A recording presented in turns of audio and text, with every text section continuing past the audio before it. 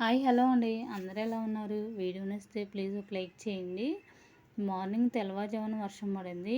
బాగా మబ్బు అయితే పట్టింది. ఇక సన్నగా తుప్పరు పడుతుంది. సరే వర్షం పడిద్దేమోనని చెప్పి కొంచెం సేపు అయితే చూశాను. వర్షం అయితే పడేటట్లేదు. అందుకని చెప్పి బయటకు వస్తున్నా, ఇంట్లోకి వెళ్ళిపోతున్నా. ఎందుకంటే ఇంటి ముందు ముగ్గు లేకపోతే ఏంటో ఒక రకంగా ఉండిద్ది. అందుకని చెప్పి కొంచెం సన్న చినుకైతే తగ్గింది. అందుకని చెప్పి ఇక మళ్ళీ ఒకసారి అయితే కడిగేసి, అంటే చీపురుతో అదంతా తుడిచేసి ఇక ముగ్గు అయితే వేస్తున్నాను. మేమైతే అనుకున్నాము మామూలు రోజుల్లో వర్షం పడినా పడకపోయినా గురువుగారు పుట్టినరోజుకి మాత్రం ఫుల్ వర్షం పడిద్ది. ఎప్పుడు ప్రతిసారి అంతేనండి. అంటే రోజుడిచి రోజైనా లేకపోతే ముసురు పడితే 2-3 రోజులైనా వర్షం పడతానే ఉండిద్ది. గురువుగారు పుట్టినరోజు సందర్భంగా ఒక 10 రోజుల నుంచి పూజలు అనేవి చేస్తూ ఉంటారు. హోమ్ పూజలు చేస్తారు. అలాగే అంటే ప్రతి ఏటా గురువుగారు పుట్టినరోజు అప్పుడు మాత్రం అస్సలు వర్షం పడతానే ఉండిద్దండి. ముసురులాగా పట్టేసి 2-3 రోజులు అలాగూ.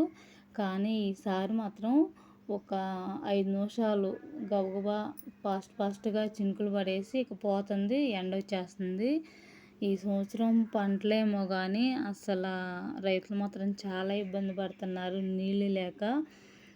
ఏదో కొంచెం వచ్చినాయంటే కాళ్ళలోకి చాలు. చాలా పక్కలు ఉండేవాళ్ళు ఇంజన్లతో తోడేసుకుంటున్నారు. ఇంకా పైన ఉన్న పొలాలకు మాత్రం అస్సలు నీళ్ళు అనేవి వెళ్ళట్లేదు. మరి ఈ సంవత్సరం ఏం పండుతాయో, ఏం తినాలో ఏమో కానీ వాళ్ళు కష్టపడి పండిస్తేనే కదండి మనం తినేది. ఈసారి రేట్లు కూడా ఆకాశాన్ని అంటుతాయేమో. ఇప్పుడే బియ్యం చాలా రేటుగా ఉన్నాయి. ఇంకా ఈసారి అసలు బియ్యం రేటు ఎక్కువైపోయిద్దేమో. ఎందుకంటే పంటలు పండకపోతే రేట్లు పెరిగిపోతాయి కదా బియ్యానికి. నీళ్ళు కూడా ఇంజన్లు అసలు ఎన్ని ఇంజన్లు కొంటున్నారంటే ఇప్పుడు కొన్ని సెకండ్ హ్యాండ్వి, కొన్ని కొంతమంది కొంచెం డబ్బులు ఉన్న వాళ్ళు అయితే కొత్త ఇంజన్లే కొనుక్కుంటున్నారు ఈ నీళ్ళకి ఇబ్బంది పడలేక. ఇక బయట అయితే మబ్బు పట్టేసిందండి బాగా. మళ్ళీ తుపరైతే అనేది స్టార్ట్ అయిపోయింది. ఇక నేనైతే ఇంట్లోకి వచ్చేసి ముందు స్టవ్ అంతా ఒకసారి పొడి క్లాత్ అయితే తుడిచేసాను. ఫ్రిడ్జ్లోంచి పిండి అయితే తీసాను. కూలింగ్ పోయేసరికి ఇక ఈలోపు అయితే అన్నం కూర అయితే వండుతాను. దాంట్లో అయితే కొంచెం సాల్ట్ అలాగే జీలకర్ర అయితే వేసాను. ఈలోపు అయితే రైస్ అయితే కడిగి పెట్టేస్తాను. పిల్లలకి బాక్స్లు అవ్వాలి కదా. ఈరోజు అదే గురువుగారి పుట్టినరోజు అండి. ఇది నిన్నటి వీడియో.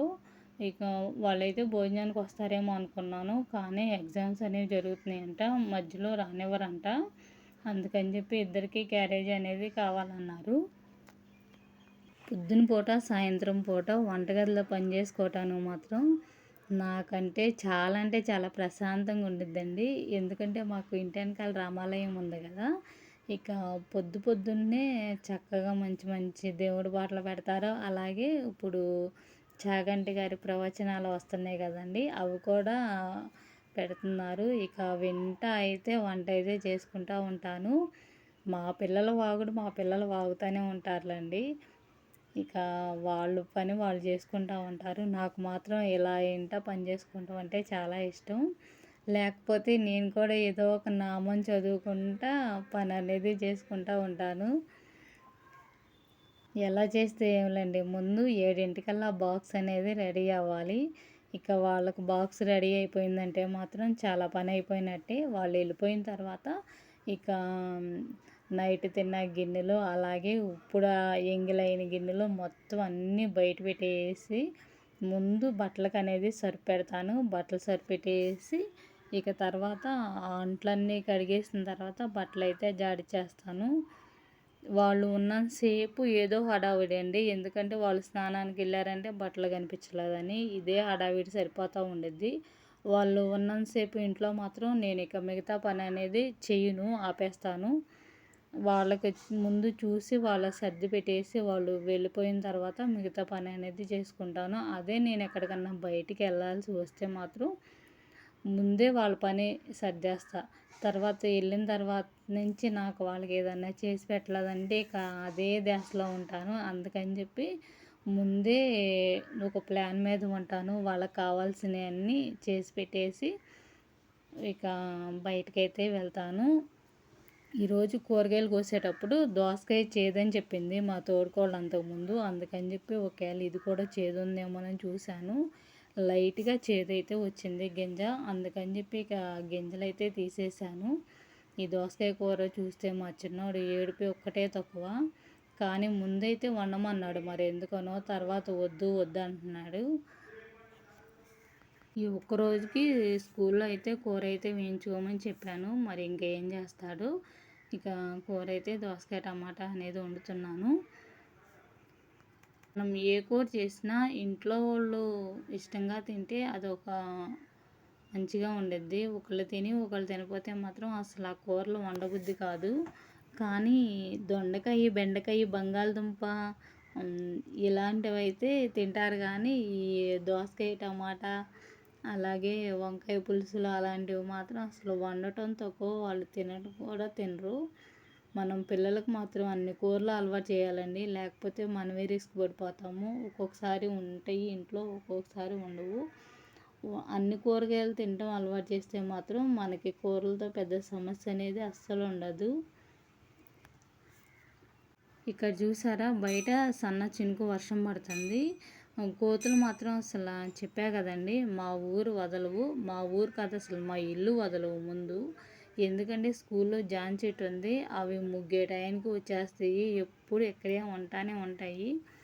ఇక వాటి పనులు అయితే అవైతే ఉన్నాయి. ఇవైతే నిన్న బాబా వారి పూలాభిషేకానికి వెళ్ళా కదండి, అవైతే తీసుకొచ్చాను. కాడలు అనేవి అసలు ఒక్కదానికి కూడా లేవు.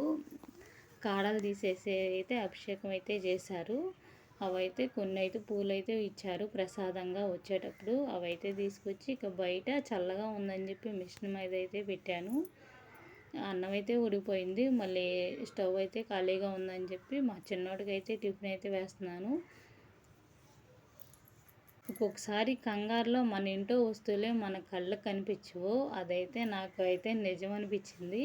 ఎందుకంటే మాకు అట్ల పెనం ఉంది. అదేంటంటే స్టాండ్కి తగిలించి పెట్టాను. స్టాండ్కి ఎప్పుడు తగిలించనండి నేను, గ్యాస్ బండ మీద కానీ లేకపోతే అంటుల దగ్గర కానీ పెడతాను. ఆ స్టాండ్కి తగిలించడం మూలాన అస్సలుగా లేచిన దగ్గర నుంచి ఎతుకుతూనే ఉన్నాను అట్ల పెనం ఎక్కడ పెట్టానని. అదేమో స్టాండ్కి తగిలించాను. దాని మీద గుడికి తీసుకెళ్ళిన నైట్ తీసుకొచ్చి బుట్ట స్టాండ్కి తగిలించి పెట్టాను. ఇక చూడటం పొరపాటు మూలాన అక్క వాళ్ళదైతే తీసుకున్నాను పేనం అయితే. తర్వాత అన్నం పెట్టడానికి గిరిటలు తీసేటప్పుడు స్టాండ్కి తగిలించింది పేనము. ఒక్కొక్కసారి మన మైండ్ ఎక్కడుండిద్దో కానీ అసలు గుర్తుండవు. ఇంట్లో సామానం మనం ఎదురుగానే ఉన్నా కనిపించవు అనిపించింది నాకైతే. ఇక వంట అయితే అయిపోయిందండి. పిల్లలకి క్యారేజీ అయితే కడుతున్నాను. ఇక క్యారేజీ కట్టేసి ఓ పక్కన పెట్టేసి తర్వాత అయితే టిఫిన్ అయితే మళ్ళీ వేసిస్తాను.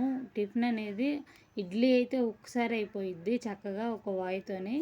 ఇక ఈ అట్ల పిండి ఉంటే మాత్రం మనం పొయ్యి దగ్గరే ఉండాలి. అలా ఇక చల్లారిపోతేనేమో అస్సలు తినరు. అందుకని చెప్పి